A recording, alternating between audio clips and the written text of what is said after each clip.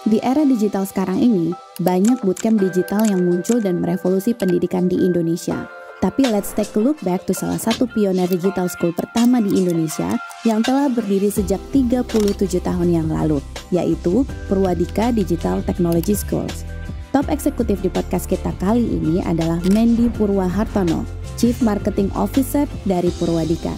Dan hari ini kita mau find out bagaimana Mandy bisa membawa marketing strategi Purwadika hingga di titik ini dan bagaimana perjalanan karir dia hingga bisa menjadi top executive. Hello everyone, welcome to Executive Insight. Hari ini kita kedatangan Mandy Purwahartono, CMO dari Purwadika School of Digital Technology. Selamat datang Mandy, thank you for coming to Thank you for having me, Citra. Senang banget hari ini kedatangan Mandy. Pengen ngobrol-ngobrol tentang apa sih yang Mandy kerjakan sebagai CMO nih, Man. Jadi kalau di divisi marketing, the top of the top positions itu adalah CMO nih, Mandy. And you are there gitu kan. Boleh gak sih Man sharing ke kita gitu kan, kayak gimana sih day to day-nya seorang CMO untuk sekolah digital technology? Kalau day to day-nya itu sebenarnya kan memang kalau CMO itu lebih ngurusin marketingnya semuanya. Jadi kalau misalnya di Purwadika aku ngurusin misalnya ada satu produk dari produk program gitu ya yang mau launching.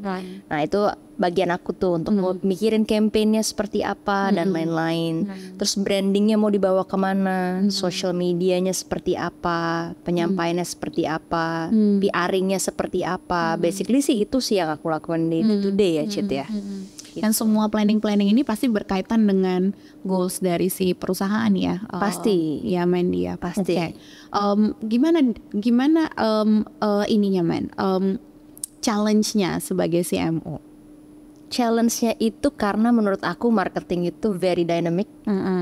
Jadi kalau misalnya kita lihat mungkin kalau ilmu finance atau accounting itu satu ilmu yang mungkin pasti ya dari dulu sampai sekarang, maksudnya perhitungannya seperti itu, dan marketing is not like that. Very fluid ya. Betul. Jadi misalnya hari ini trennya seperti ini, besok dia bisa berubah lagi. Dan aku sebagai CMO harus adapt dengan perubahan-perubahan tersebut. Misalnya kita bicara contoh aja di social media. Dulu belum ada yang namanya, waktu zaman aku pertama mulai, belum ada Instagram. Masih Facebook. Masih Facebook, and then ada Instagram. Terus Instagram, nah sekarang kan udah ada TikTok, ada Reels lagi. Iya, Reels di Instagram. Harus bikin video marketing yang attention orang sekarang katanya 13 detik saja pertama, kayak gitu-gitu loh. Jadi kayak challenge saya itu ya bagaimana kita bisa adapt dengan perkembangan marketing itu sendiri dan punya creativity dan ide-ide baru ya, Cit. Oke, Man, tapi yang paling menarik nih, Man, aku kan kepo-kepo juga kan ya, Purwadika itu kayak gimana sih marketingnya gitu kan. Dan aku ngerasa the way you present Purwadika itu agak berbeda ya, sangat jauh dari educations pada umumnya gitu kan ya. Kok bisa sih Men datang dengan ide ini gitu? Oke, jadi sebenarnya aku lupa istilahnya apa ya, Cit ya. Cuman kan ada istilahnya tuh bukan mengcopy, tapi kayak kita melihat gitu. Jadi waktu itu aku tuh gini loh, ceritanya waktu itu Purwadika, aku ingat, mungkin aku cerita flashback sedikit ya. Kita kan sekolah, terus aku tahu nih sekolah-sekolah pada umumnya melakukan marketing itu dengan cara yang sama semuanya. Pasti kita akan lihat video seorang guru dengan tangannya mungkin begini, dan company profile lumayan kaku seperti itu. Dan waktu itu aku dapet ilham aja gitu, maksudnya gimana caranya Purwadika tuh bisa dikenal, mendapat attention di samping semua institusi-institusi besar ya kan, walaupun Purwadika is not a university gitu kan, we are bootcamp, tapi kita were the first bootcamp I think waktu itu digital. Tapi intinya kan gimana cara grab attention orang. Dan aku mikir okay, kita harus jadi berbeda gitu. Jadi aku nggak bisa ngikutin cara marketingnya yang sama dengan mereka, karena kalau kayak gitu ya apa bedanya kita gitu. Dan akhirnya aku tuh orangnya suka cari inspirasi dari luar negeri, cara mereka marketing dan segala macam. Akhirnya tapi di industri education juga atau any kind of industry? Education social media gereja dari luar negeri, mereka tuh sangat-sangat kreatif dan pembawaannya sangat berbeda, Chat. Iya. Jadi waktu itu akhirnya aku mikir, oke, Purwadika nih aku mau bawa seperti ini, lebih fun, gak kaku, gitu loh, nggak seperti education yang kaku lah pada umumnya seperti itu. Dan ternyata benar dengan approach kita yang seperti itu, kita catch attention. Iya. Dan nggak cuman di dalam ranah social media kita atau branding kita, bahkan sampai kan branding itu kan secara keseluruhan ya. Waktu itu maksudnya interior kita aja pun aku ganti semuanya, pendekatannya, aku taruh meja biliar dan lain-lain. Saat itu tuh belum ada coworking space, and then kita jadi different kan, dan akhirnya aku otomatis dapat attention itu, Cit. Iya. Turn out it was successful ya. Iya. Aku ingat banget main kita tuh ketemu 2015-an, Oke. ya kan. Udah lama ya. Udah lama banget. It was the time when you are actually looking for investment to invest di Purwadika, gitu kan ya. Waktu itu tuh social medianya belum jalan tuh, men. Marketingnya belum jalan, and I don't know kalau kamu tuh lebih fokus di marketingnya waktu itu. Tapi background Mandy sendiri tuh gimana? Apakah memang dari dulunya memang ngerjain marketing atau sekolahnya marketing, atau how did you come up with analisa tadi ya, kayak semua education sini nih sama nih cara approach-nya gitu kan. Kenapa punya itu ya? Sampai mikir ke sana gitu, gimana tuh? Jadi kalau misalnya aku kuliahnya memang marketing dan emang suka marketing. Jadi sebenarnya aku suka bisnis sih. Awalnya tuh suka bisnis, dan waktu itu kan namanya kita waktu masih SMA udah mikir mau kuliah apa. Nah waktu itu pilihan aku antara PR atau marketing. Tapi karena aku suka bisnis, jadi aku lebih pilih kayaknya aku marketing aja gitu. Dan di situ akhirnya aku juga belajar PR juga ternyata di dalam marketing. Iya, dan belajar marketing juga. Nah jadi marketing itu bahkan kan harus cobain yang namanya jualan, ngekonsepin seperti apa. Ya aku harus mulai dari bawah tuh semuanya. Kayak gitu. Oke. Selama beberapa tahun nih perjalanannya kamu sebagai CMO di Purwadika gitu kan ya. Challenge-nya apa, Mandy? Challenge-nya?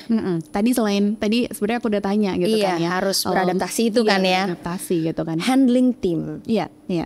Jadi aku mulai Purwadika itu dengan tim marketing yang kecil, and then Purwadika bertumbuh, of course timnya juga grow, dan ternyata aku juga belajar salah satunya leadership, memimpin tim yang kecil dengan tim yang besar itu juga sangat berbeda.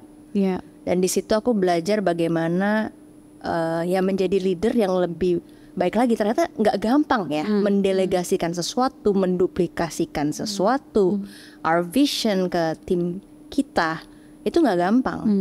Kalau tim kecil kan waktu itu kita benar-benar kerja kayak benar-benar berdampingan gitu kan, dan nggak sesusah itu manage tim yang lebih banyak. Ternyata challenge-nya lebih besar, dan leadership aku di challenge di situ.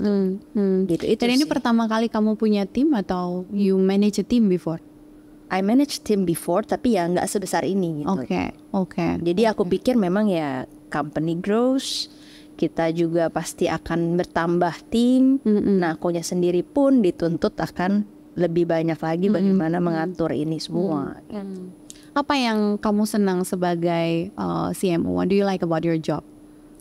What do I like about my job itu tentunya kalau ngelihat berhasil ya. Maksudnya orang kenal Purwadika sekarang, orang misalnya tahu lah keberadaan Purwadika seperti apa, itu berarti kan membuahkan hasil, gitu loh. Melihat campaign-campaign yang berdampak buat orang, itu sih yang buat aku happy aja. Happy ya, iya. Aku juga pengen tanya ini sih, Men. Kamu percaya ini nggak? Katanya seorang leader yang bagus itu tuh skills utamanya itu salah satunya adalah hiring the team. Tadi kan challenge-nya adalah building the team gitu kan ya. Nah biasanya tuh Mandy kalau misalnya ketemu sama potential timnya Mandy pasti interview gitu kan ya. Betul. What did you actually expect when the interview is going? Yang pertama sih aku lihat dari cara dia berkomunikasi. Aku lihat cara dia berkomunikasi seperti apa. And somehow karena aku orang marketing, aku ada feeling juga nih. Oh ini kira-kira orang ini seperti apa dan lain-lain. And then satu ya, kan kita udah pasti screening CV dan lihat-lihat ya. Tapi ketika aku interview, aku lihat dari segi communication skill kita cocok gak? Kedua, I want to see the passion. Ada passion gak kira-kira di bidang ini gitu. Kalau misalnya interviewnya dia bisa yang kayak you know, you can feel it lah ya. Kalau misalnya dia passionate, oh ya ini. Itu udah oke kalau buat aku. And then aku akan share vision kita seperti ini dan lain-lain. Apa ide kamu? Nah, kalau dia bisa memberikan ide dan lain-lain, itu udah bagus gitu. Dan pasti aku sih yang paling penting juga aku ngeliat karakternya cocok gak? Karena aku pernah dengar juga sebenarnya setiap orang itu, kalau misalnya orang yang bagus sekalipun ditempatkan di tempat yang salah, dia pun gak akan bersinar. Jadi sebenarnya aku lihat dia cocok gak sama culture-nya Purwadika. Itu yang paling penting juga. Karena bisa aja dia very good, dia bagus banget, tapi gak sesuai dengan culture Purwadika. Itu kan juga gak ini kan, gitu. Jadi itu sih yang aku lihat sih, Cit. Ya, masih ada pengalaman salah hiring gak? Oh iya, ada dong. Ternyata ada. Walaupun udah memperhatikan tadi ya communication skillsnya, culture fitnya gitu, tapi masih aja kadang tuh ada kesalahan ya. Betul. Keputusan jadi, kita sebagai leader. Bener. Jadi memang ya leader kan bukan dewa ya. Kadang-kadang kita juga salah gitu kan. Kayak misalnya ada satu kejadian, I see the potential mungkin in term of skillnya dia, aku ada hint kayak percaya. Nah kadang-kadang gini loh, Cit. Kita kan sebagai leader kadang-kadang kita butuh tim cepet nih. Iya kan? Karena proyek kita nunggu gitu kan. Ini kosong, revenue menanti gitu. Kosong nih, gue harus cari cepet gitu loh. Akhirnya oke lah, gue I bet on this person lah gitu loh. Kadang-kadang itu I juga trust susah. You itu tuh biasanya kita tuh waktu bikin decisions I trust you. I trust you. Oke, gue betting deh gitu kan istilahnya. Toh ada probation juga gitu. Tapi kalau Citra tanya pernah salah atau tidak, pernah. Tetapi kalau aku lihat flashback semua majority tim aku awet-awet loh. Bersama dengan aku, dan kita semua satu vision dan satu vibe gitu. Tipsnya apa tuh, Men? Supaya ya tadi ketika kita interview dan lain-lain, ketika nggak cuma dalam proses interview, ketika kita bekerja, I try to be friends juga sama mereka. Dan bisa lebih sincere sama mereka, lebih apa adanya gitu. Walaupun tetap ada ya aku leadernya, mereka tim gitu ya. Tapi maksudnya aku coba juga mengulik apa sih sebenarnya your goal, your problems. I try to be like that. Makanya di kantor aku tuh aku dipanggilnya cicit, bukan ibu gitu loh. Jadi kayak ya I want to be big sister gitu kali ya buat mereka ya. Iya. Oke. That's sweet. Apa namanya, kalau misalnya nih, Man, majority of your team pasti muda-muda kan ya. Betul. Karena biar keep up sama social media dan lain-lain tadi gitu kan. Tapi ada nggak sih kesulitan dalam apa namanya beradaptasi dengan teman-teman yang masih muda ini gitu kan ya? I know you are in the marketing, jadi you are trying to keep up with the reels. Lain. Kalau aku sendiri kan enggak gitu kan. Jadi kalau di Hana Air tuh kita mau ngelakuin ini tuh, aku kadang-kadang mikir dulu tuh emang kalau TikTok kayak gimana gitu kan ya. Tapi kalau kamu sendiri kan harus memang gitu kan. Tapi kamu punya tips apa sih dalam memanage tim yang lebih muda, lebih kreatif, lebih pintar kan pastinya anak-anak ini kan ya gitu. Apa sih tipsnya supaya bisa langgeng gitu sama mereka ya?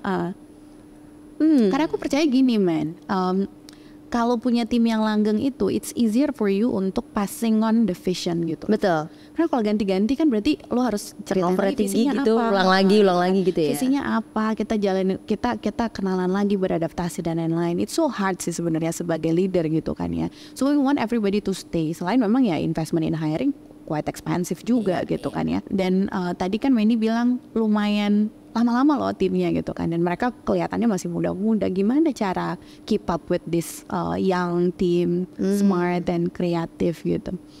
Kalau aku keep upnya mungkin ini nggak gampang sih, karena misalnya mengenali satu persatu tim itu jujur aja nggak semuanya aku deket gitu kan. Jadi kalau misalnya tim-tim yang awal dari Purwadika, bahkan udah ada yang sama aku kayaknya ya kalau nggak salah udah 7-6 tahun kali ya. Itu kan aku udah kenal ya karakternya seperti apa dan lain-lain. Kebalikannya dia juga kenal Mandy maunya Dia apa, kenal, gitu iya kan dia ya. kenal. Taste-nya gimana. Iya, dulu gitu. dia juga bilang katanya dulu si Cimendy jauh lebih galak, sejak jadi ibu aku lebih baik katanya. Lebih lembut ya, pengaruhnya lebih ya. lembut ya. Tapi maksudnya tadi pertanyaan kamu adalah ya aku coba untuk mencari tahu, setiap orang kan pasti punya goalnya beda-beda Jit. Dalam in term of karir, bener gak? Ada orang yang mungkin memang melihatnya dari segi financial aja. Misalnya gue mau cari gaji yang tinggi gitu misalnya, atau dia lihat misalnya paling penting itu gitu. Ada yang berkarya, Time flexibility bisa iya juga. ada juga time flexibility. Jadi ini contoh aja nih, misalnya kayak aku punya tim graphic design tuh under aku juga. Nah aku tahu kalau misalnya mereka cuma melakukan day to day design doang, yang mereka lakukan itu pasti kan boring. Mereka kan anak kreatif loh gitu kan. Akhirnya aku bikin, yuk kita bikin apa yang seru gitu. Kayak misalnya tahun lalu kita kolaborasi yuk sama coffee shop, kita bikin campaign. Jadi coffee shop itu kita dandanin dengan branding Purwadika for example. Itu terinspirasi tuh aku tuh, karena oh bisa ya coffee shop kolaborasi sama bank waktu itu. Mau juga Purwadika kolaborasi sama coffee shop kayak gitu loh. Terus kita lakukan charity bareng, bikin menu khusus warnanya Purwadika warna hijau contohnya gitu. Nah aku ajak tim aku untuk tim berdiskusi. jadi untuk berdiskusi. Jadi mereka punya andil ya. Iya, dan mereka bilang wah feel excited gitu loh. Kayak ini sesuatu yang fresh nih, yang baru kayak gitu. Jadi ya itu sih yang aku coba sih, walaupun ada day to day work gitu ya. Cuman ya kita coba buat apa yang buat mereka bisa lebih terbakar lagi atau nggak bosen gitu. Kan anak-anak muda kan butuh juga kan yang memotivasi mereka gitu. Oke. Di divisi marketing nih men, kalau dia memulai dari marketing divisi yang manapun gitu kan ya, the highest positions yang mereka bisa targetkan sebagai goals karir mereka itu kan CMO ya. Nah, tapi kan banyak challenge-nya untuk nyampe ke sana. For some company nggak mudah juga untuk nyampe ke sana gitu kan ya. Pasti ada situasi di mana ya CMO itu hanya di seatnya tuh cuma buat satu orang gitu kan ya. Jadi dia butuh years to get there gitu kan. Tapi menurut kamu sebagai CMO itu, kalau teman-teman di luar sana pengen memproyeksikan karirnya sebagai CMO, mereka tuh harus apa sih men? Apa aja yang mereka harus siapkan supaya mereka menjadi CMO yang kompeten, bisa leading the team gitu kan ya, dan bisa membuat company itu tuh sukses gitu ya, karena marketing is one of the paling penting ya. Iya, divisi yang lumayan critical ya for a company. Iya. Kalau aku ya, ini menurut aku ya Cid, kalau mungkin kalau aku kan jadi CMO itu karena kecemplung ya. Ya maksudnya I cannot compare my journey misalnya di perusahaan yang aku harus climbing up ini gitu kan. Tapi bukan berarti aku jadi CMO itu juga karena ya udah dikasih begitu saja, enggak. Karena ya adalah long story short itu juga kita berjuang gitu kan. Aku juga you need to show yourself capable di posisi itu iya, juga. dan waktu itu aku harus bawa Purwadika kembali naik gitu saat itu gitu. Tapi kalau aku lihat mungkin nggak ada jenjang karir yang spesifik. Oh pasti ini bisa jadi CMO. Cuman menurut aku pasti kan kalau dari marketing crucialnya juga termasuk sales ya. Nah menurut aku seorang marketing itu juga harus punya jiwa tahu gitu loh, bisa menjual company-nya, brandnya. Jadi kalau misalnya seseorang anggaplah kalau aku tidak berkarir di Purwadika gitu, pasti aku harus menunjukkan kayak aku bisa maju buat company ini gitu loh, memarketingkan gitu. Bisa mulai dari jualannya, ya jualannya bisa dari direct selling atau lewat social media, tapi ikut memikirkan revenue perusahaan juga kayak gitu. Menarik. Fact nih, Mandy, di Hanhire at least from our data ya, di tahun ini dan tahun lalu 2023 dan 2024, posisi yang paling banyak dicari dan kita closing itu adalah digital marketing dan sales. Ya, sekrusial itu di saat-saat sekarang ya. Berbeda di tahun 2020, 2021, 2022 di mana technology positions was very famous lah waktu itu kan ya. Nah sekarang itu gimana gimana Mandy sebagai CMO menghadapi ini dengan situasi sekolah juga? Gimana sih future of digital technology schools gitu? Future of digital technology schools. Iya. Kalau di Indonesia future-nya sih aku lihat masih oke ya, masih bagus. Karena maksudnya kan kita akan terus evolving kan. Teknologi kan maksudnya semua company pasti tidak terlepas dari teknologi. Mau nggak mau harus transform lah ke teknologi. Iya. Nah yang Citra bilang sekarang banyak banget yang nyari digital marketing. Kenapa? Karena semua company udah aware.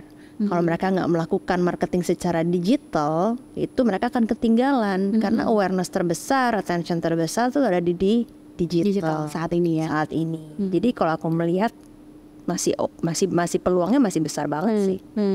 Gitu. Ya, mana lagi ada teknologi baru kayak blockchain, AI dan lain-lain ya. Oke. Terus nih tadi kan udah sharing tips gitu kan ya, gimana apa sih yang harus dilakukan supaya mereka bisa jadi CMO yang bagus nih gitu kan ke kemudian hari gitu kan. Dan mungkin aku pengen nanya juga sama Mandy. Mandy kan CMO di Purwadika gitu kan ya. Terus aku cari-cari juga ternyata CEO ya di Finvolk juga media company gitu kan. Other than that you have small business yang lain-lain yang juga dijalankan. Plus you have 2 kids gitu kan ya. Ini sebagai perempuan kayak gimana nih melakukan semua role ini nih? And how do you actually divide your waktu tuh di day-nya? Oke. It's a good questions and tough question. Karena aku jujur aja, maksudnya kalau misalnya bicara soal perempuan, kita perempuan gitu loh. Ada perbedaan sekali yang aku rasakan ketika sebelum punya anak dan punya anak. Ketika sebelum punya anak tentunya kita bisa bekerja dengan waktu yang sangat fleksibel sampai malam kan. Tapi sekarang kan itu berbeda lah. Semuanya udah kita harus bagi-bagi prioritas gitu. Nah jadi thank God ketika aku sudah punya 2 anak, mungkin Purwadika timnya sudah lebih solid. Jadi aku belajar juga bagaimana mendelegasi, itu satu. Terus kedua mengatur waktu. Jadi mengatur waktunya tuh benar-benar kadang-kadang ya udah atensinya berapa menit atau berapa jam, aku try to manage everything gitu kan. Membagi hari juga. Jadi misalnya hari ini untuk dedikasi di aku akan coba fokus. Yang ini aku akan coba fokus dan sisanya ya delegasi ke tim kayak gitu. Tapi ya komunikasi di WhatsApp tetap jalan terus sih. Yang penting communication yang terus jalan. Dan itu sih yang aku lakuin sampai sekarang juga. Kalau misalnya ditanya jujur aja kita open up gitu ya, kayak aku juga bingung gimana ya gitu kan. Itu timnya beda-beda semua Beda. Setiap perusahaan Beda. Wow. Kalau sekarang Purwadika timnya lebih mature. Di Finvolk aku mungkin punya tim yang lebih smaller tapi solid juga. Jadi yang aku lakukan kalau aku lagi nggak berada di sana, aku komunikasi terus aja tetap gitu. Sekarang yang seru di project-project Mandy lagi ada apa? Yang seru ya, kalau di tahun ini Purwadika kita lagi nggak terlalu fokus kepada yang campaign-campaign yang seru-seru sih Cid. Karena memang tahun ini this year itu we focus on sales. Jadi kita fokus di ya udah bagaimana istilahnya kita benahin lagi internal dan lain-lain. Jadi kalau tahun lalu kita bikin digital marketing conference, kita bikin campaign, kita bikin segala macam. Tahun ini aku ngelihat kayaknya oke, kita hold, kita fokus dulu dengan penjualan dan lain-lain gitu kan. Itu juga seru juga sih karena aku kayak balik lagi loh kayak ke zaman awal-awal lagi gitu kan. Harus diapain gitu ya. Karena kalau misalnya pikir-pikir juga berarti ya emang dasarnya aku tuh orangnya itu jualan berarti Cid. Kalau kamu tanya gimana jadi CMO itu harus punya otak jualan juga sih. Iya. Karena aku udah cobain bener-bener dari sales door to door loh gitu kan. Jadi aku mengerti gitu loh kayak oh jualan tuh begini. Cara marketing nih seperti ini gitu. Makanya kan aku nambahin sedikit ya. Banyak orang yang fokus nih kalau teman-teman mau berkarir digital marketing. Banyak yang cuman fokus dengan teknik ini. Oh ya secara teori dia tahu.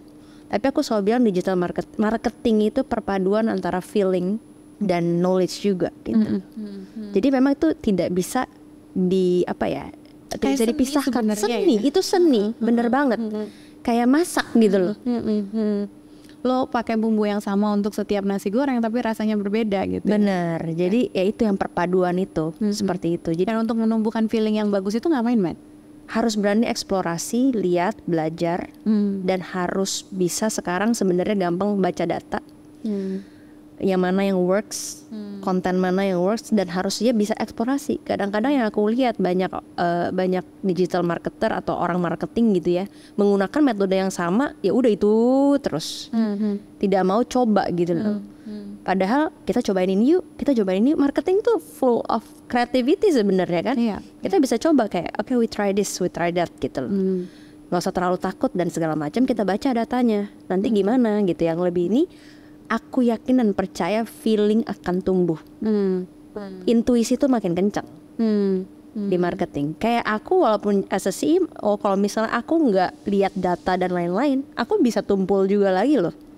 Kayak gitu loh. Jadi itu harus dilatih dan bisa banget dilatih. Makanya aku selalu bilang sama timku adalah gini, coba kamu analisa data, konten mana yang works, topik apa yang works, lihat insights-nya, udah dapet feeling belum? Pasti dapet. Gitu. Jadi itu dapet. Semakin kamu bereksplorasi, semakin kamu tahu customer kita tuh maunya apa. Gitu ya. Iya, benar. Iya. Jadi salah satu skillsnya CMO tadi adalah you need to be able to read data gitu kan ya. Strong data analytical thinkingnya harus jalan banget. Dari situ baru bisa bikin strategi untuk bikin apapun project atau campaign-nya gitu ya. Wow. Sebagai CMO nih, Matt, gitu kan ya. Kamu pastinya kan beririsan ya dengan divisi-divisi lain gitu kan ya. Kayak misalnya tadi ada divisi sales tuh kan beririsan gitu sama kamu, tapi juga beririsan sama produk gitu kan ya. Kemampuan kita untuk mengerti produk ini supaya kita bisa melakukan campaign marketing yang tepat juga kan berarti harus diasah juga ya, Mandy ya. Benar ya. Bener banget. You need to be very passionate about the product that you are working on dong ya. Kalau enggak nggak bakalan dapat campaign yang sesuai gitu ya. Apakah untuk jadi seorang CMO itu dia tuh harus ada di satu industri yang sama terus untuk dia bagus, atau sebenarnya enggak sih, Mas? Atau perlu tahu tekniknya aja sebenarnya? Sebenarnya enggak juga sih. Kalau industri sama, buktinya kan satu adalah education, satu media. Yang penting harus punya curiosity ya. Jadi selalu penasaran untuk cari tahu gitu. Jadi sebenarnya jangan pernah malu juga untuk bertanya. Kayak aku mencoba untuk belajar juga, Cit. Misal aku jadi marketing, ya kan, mau marketing sesuatu gitu. I have to know the product really well gitu, supaya aku meresapi gimana caranya nih marketing strategi yang tepat gitu kan. Jadi beda industri, kayak aku kan juga maksudnya punya small agency and I handle beda-beda nih kan. Ya itu aku coba untuk menggali juga gitu. Dan benar kata kamu, harus punya passion untuk tahu the produknya tuh apa, yang dijual tuh apa, goalnya tuh apa. Dan karena kita udah punya pengalaman, somehow kita tahu aja gitu kayak we have to do this, we have to do that. Itu kan dari pengalaman juga ya. Oke, menarik, Mandy. Terakhir nih, Mandy, gitu kan ya. Tadi aku sempat nanya juga tipsnya buat teman-teman yang pengen menjadi, yang sekarang ada di posisi marketing, pengen mendevelop karirnya sebagai CMO. Tipsnya apa, Matt? Kita summarize sedikit. Oke, coba di summarize ya. Jadi tips teman-teman yang marketing, karena the highest position bisa di achieve CMO ya, Cit ya. Yang pasti you have to be passionate about what you're doing gitu loh. Jangan cuman harus bisa go extra mile. Jadi kadang-kadang orang cuman bisa dilakukan harus A, B, C gitu doang. Oke, dilakukan A, B, C doang, that's it gitu. Sekarang yang penting udah selesai. Tapi ketika kamu yang tadi bilang mau dapat attention, you have to be different. Kan itu kuncinya. Jadi kalau teman-teman yang mau berkarir di karir apapun itu, you have to show that you're different gitu loh. Kalau misalnya kamu dikasih A, B, C, bukannya berarti oke, gue lakukan sampai Z, nggak gitu juga kan.